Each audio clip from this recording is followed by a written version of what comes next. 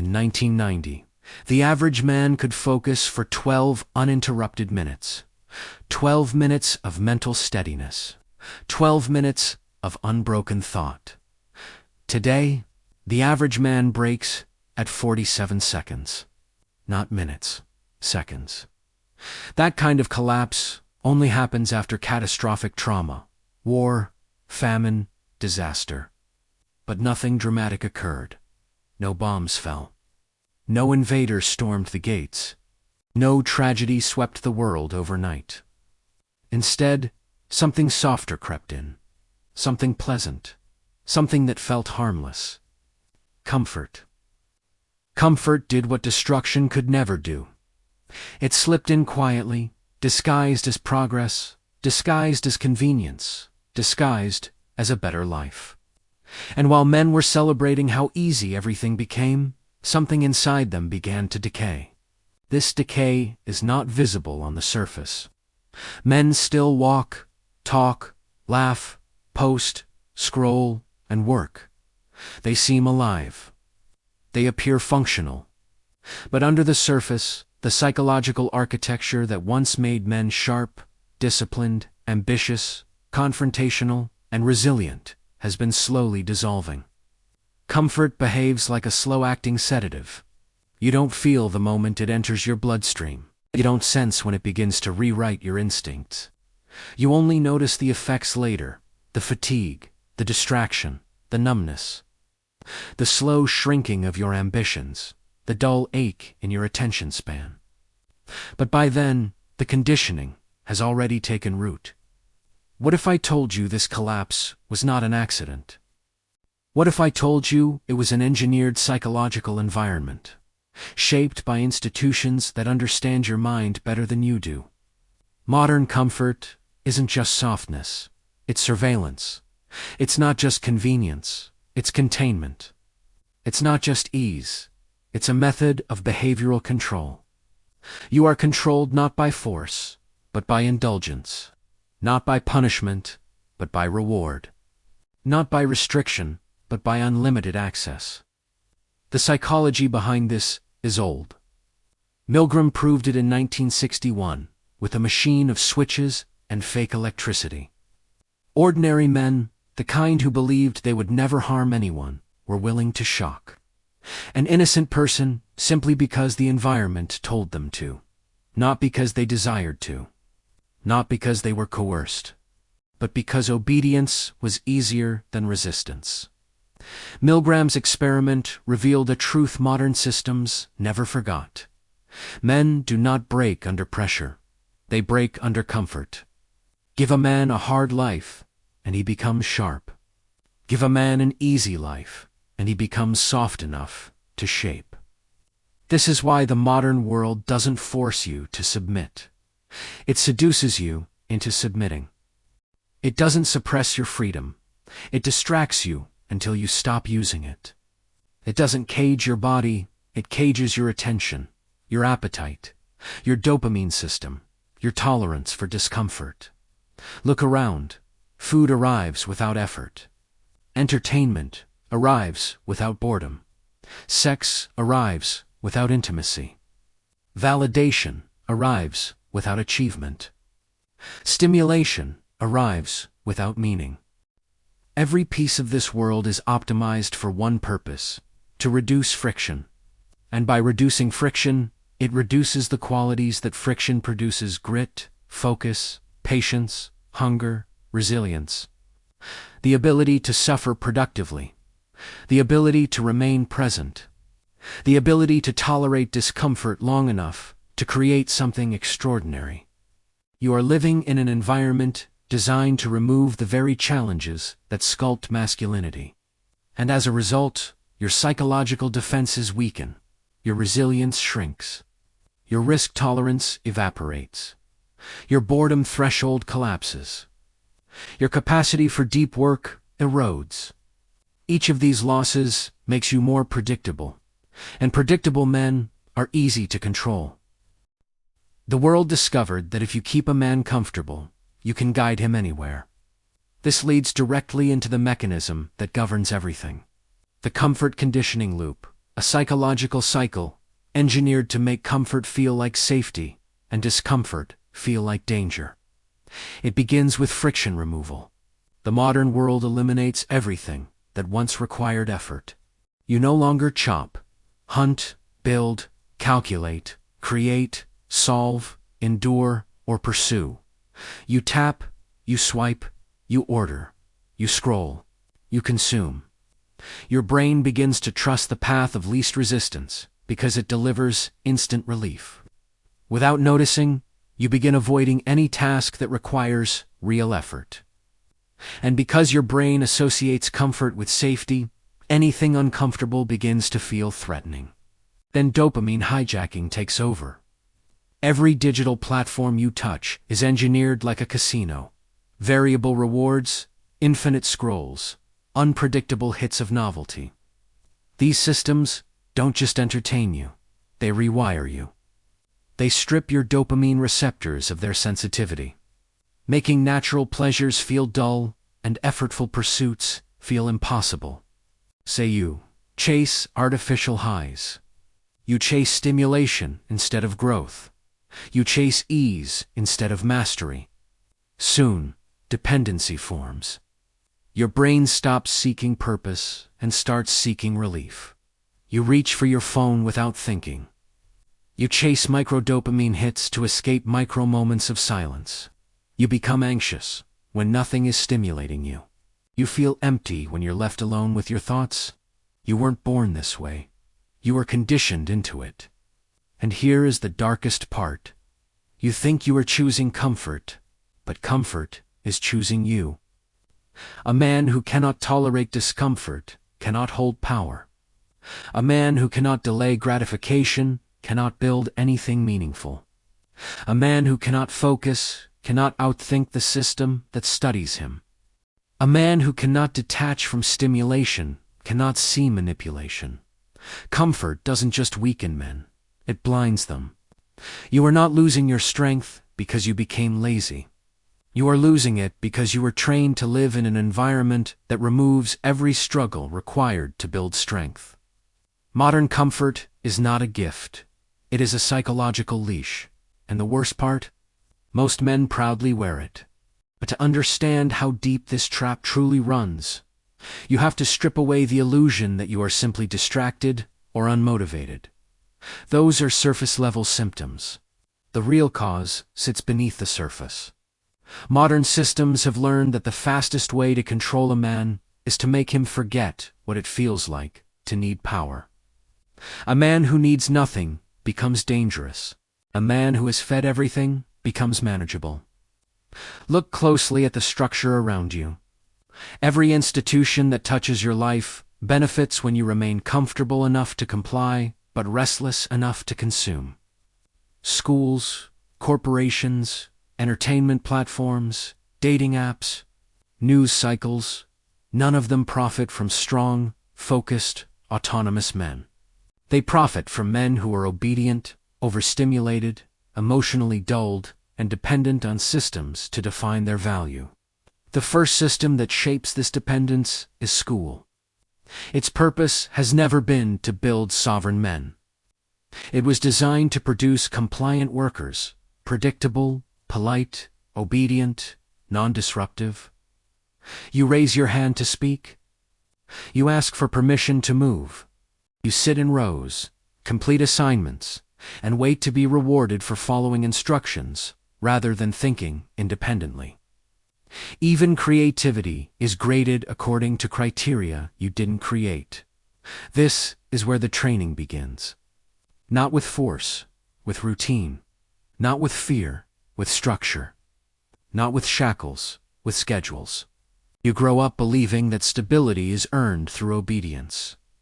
You learn that mistakes are punished, risks are dangerous, and authority must not be questioned. So by the time you enter the workforce, you're already conditioned to choose comfort over conflict, predictability over possibility, and approval over autonomy. Then comes the corporate world, the adult continuation of the same psychological script.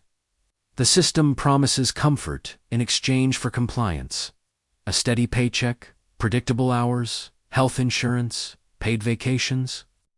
These comforts are not inherently bad, but they carry an invisible cost. Your tolerance for uncertainty fades. Your hunger for risk numbs. Your creative rebellion dissolves. And your ability to walk away from security weakens. Corporate life rarely needs to discipline you. It simply gives you just enough comfort that you discipline yourself. You avoid confrontation because you fear losing comfort. You avoid ambition because you fear discomfort. You avoid reinvention because change threatens the identity, the system built for you.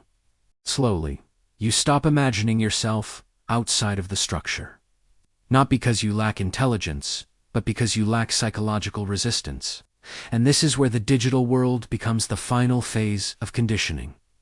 Unlike school or corporate life, digital systems don't just influence your behavior, they penetrate it. They get inside your neurology, your reward circuitry, your cravings, your sense of identity. They observe everything: your pauses, your hesitations, your insecurities, your impulses. Then they weaponize those patterns against you. Your devices don't wait for you to decide what you want. They nudge you. They whisper. They distract. They predict. They overwhelm. Every swipe teaches the algorithm something about you. Every second you linger reveals your psychological weak points. Every emotional response creates a profile of what controls you. And because these systems are built on the mechanics of addiction, variable rewards, novelty loops, intermittent reinforcement, they transform your attention from a blade into a feather. You lose the ability to focus because your brain has been hijacked by the promise of constant stimulation. This is not incompetence. This is conditioning. A brain adapted to chaos cannot tolerate calm. A brain fed non-stop novelty cannot tolerate depth. A brain wired to seek easy pleasure cannot tolerate the discipline required for purpose. This is the real robbery, not of your time, but of your inner machinery. Now look at your daily life with this lens. You wake up and immediately check your phone, not because you chose to, but because your brain no longer knows how to exist without stimulation. You feel mentally tired before the day begins. You feel scattered, distracted, unfocused, not because you're weak, but because your dopamine system has been fractured. You find yourself drifting toward trivial tasks because meaningful ones require concentration your brain no longer has. You reach for your device whenever silence appears, because silence feels threatening now. It confronts you with your own unfiltered thoughts, your neglected ambitions, your unresolved fears. Silence used to be a place where men discovered themselves. Now it's a void. The system trains you to avoid at all costs. Your relationships begin to follow the same pattern. Real connection feels heavy, demanding, slow. Simulated connection feels fast, stimulating, easy. And in a world where ease becomes the standard, everything meaningful begins to feel like a burden. Intimacy feels like work. Commitment feels like sacrifice. Brotherhood feels unnecessary. Vulnerability feels dangerous. Discomfort feels intolerable. So men numb themselves. Some numb with entertainment, others with food. Others with porn. Others with mindless scrolling. Others with emotional withdrawal. Others with ambition paralysis. All different paths leading to the same destination. Psychological sedation. But sedation carries a cost. Numbness is not peace. Avoidance is not rest. Stimulation is not satisfaction. Comfort is not fulfillment. And this brings us to the deepest fracture modern comfort creates: identity erosion. A man can only know who he is by confronting the world and discovering what he can overcome. When you remove difficulty, you remove the very arena where men learn their limits, strengths, values, and purpose. If a man never faces resistance, he never knows what he's made of. If a man never struggles, he never grows. If a man never feels his own power, he forgets he has any. Comfort steals the battles that build the man. And the world has become organized around the principle that men should never feel the edges of their own strength. Because strong men disrupt systems, strong men walk away from structures that devalue them.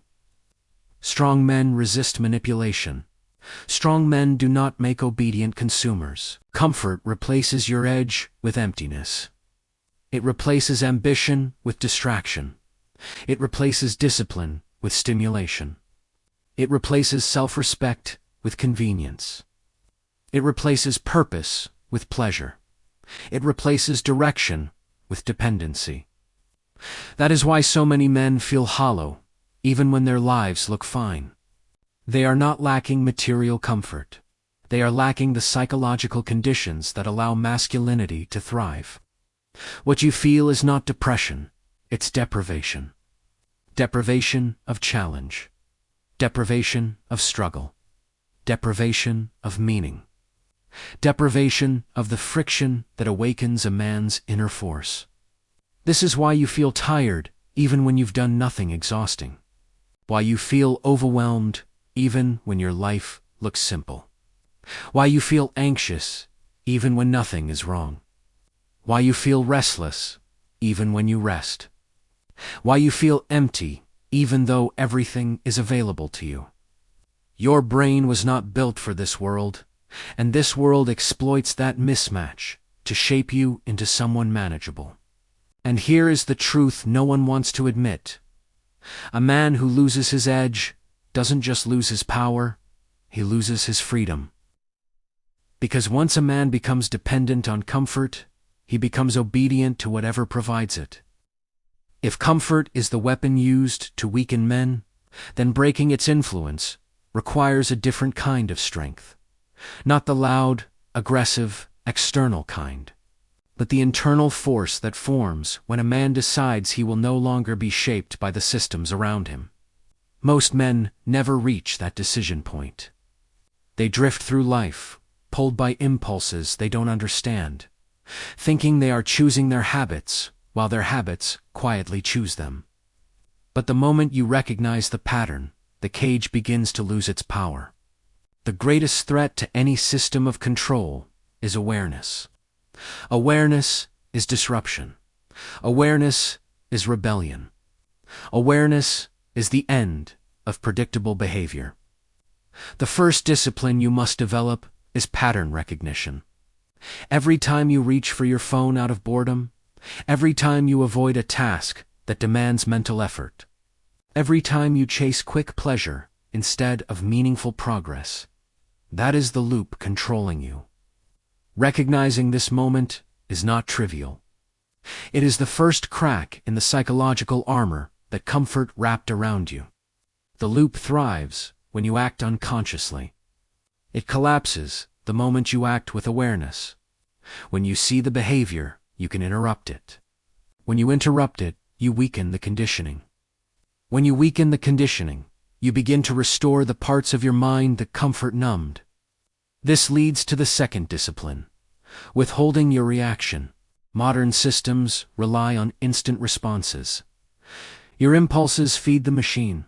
Your cravings keep the loop alive. But when you pause before reacting, even for 2 seconds, you begin rewiring your brain. That pause is a psychological wedge. It breaks the reflex. It disrupts the dopamine loop. It tells your nervous system, I am not controlled by this. Those 2 seconds are small in time, but massive in consequence. They restore the part of you that a man who can delay his reaction cannot be manipulated easily. The third discipline is information control. Not in the political sense, in the psychological sense. What you allow into your mind becomes the blueprint for your thoughts, and thoughts repeated become identity. If you feed your brain endless novelty, chaos, stimulation, outrage, and comparison, you should expect your inner world to reflect those patterns. The system does not need to imprison you physically. It only needs to feed you information that keeps your attention fractured and your emotions unstable. But when you choose what enters your mind, when you consciously select what influences you, you reclaim authorship over your inner landscape. You stop being a consumer and become a curator. You shift from reacting to shaping. You build a mental environment where your focus can grow again. The fourth discipline is emotional detachment from systems that thrive on your weakness. Every platform, every algorithm, every convenience is engineered to provoke emotion, envy, outrage, lust, anxiety, comparison, insecurity. They know your brain reacts to threats and desires more powerfully than to logic. They know emotion bypasses rationality. So they serve you emotion until you become addicted to emotional spikes. When you detach emotionally, when you stop taking the bait, the system loses its leverage. You stop rewarding it. You starve it. You walk through the digital world like a man who sees the strings rather than the puppets. But the most powerful discipline is something far more ancient. Embracing discomfort as your natural habitat, not as punishment, not as masochism, but as the furnace where your identity is reforged. Discomfort is not the enemy. Discomfort is the path. Discomfort is the signal that you are stepping outside the boundaries the system built for you. Every meaningful trait in a man, discipline, focus, resilience, ambition, courage, emotional control, strategic thinking, is forged in the presence of discomfort. When you choose the action that requires effort, your brain begins to reorganize itself around strength instead of avoidance. You retrain your reward system. You strengthen your executive function. You rebuild your tolerance for hard things. A man who chooses discomfort is unpredictable, and unpredictable men cannot be controlled. This is why the modern world prefers comfortable men. Comfortable men hesitate. Comfortable men doubt. Comfortable men rationalize their stagnation. Comfortable men avoid risk, challenge, and confrontation. Comfortable men lack the inner aggression required to build a life on their own terms. But the moment a man trains himself to live with discomfort, physical, mental, emotional, spiritual, he becomes immune to the mechanisms that once dictated his behavior. He is no longer guided by cravings. He is no longer steered by impulses. He is no longer seduced by comfort. He becomes a man with an internal command structure. And men with internal command cannot be shaped by external forces. Still, the truth is bigger than individual transformation. The problem is not just personal. It is structural. You live inside a system designed around the psychological vulnerabilities of the human mind. Everything is optimized for engagement, addiction, convenience, and compliance. The system doesn't need you to be strong. It only needs you to participate. It doesn't care whether you thrive. It only cares whether you consume. A world built on predicting your behavior has no interest in developing men who act from sovereignty. A world built on minimizing friction has no interest in producing men who grow through adversity.